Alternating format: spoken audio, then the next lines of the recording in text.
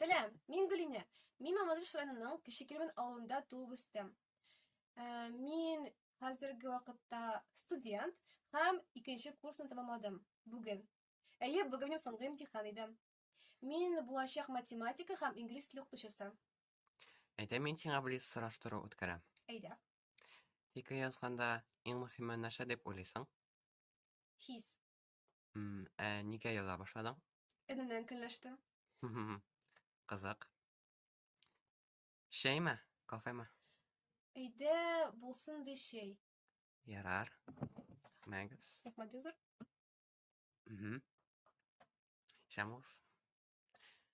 Син үзеңне булачак математика һәм инглиз теле укытучысы дидең. Сиңа нәрсә күбрәк ошый?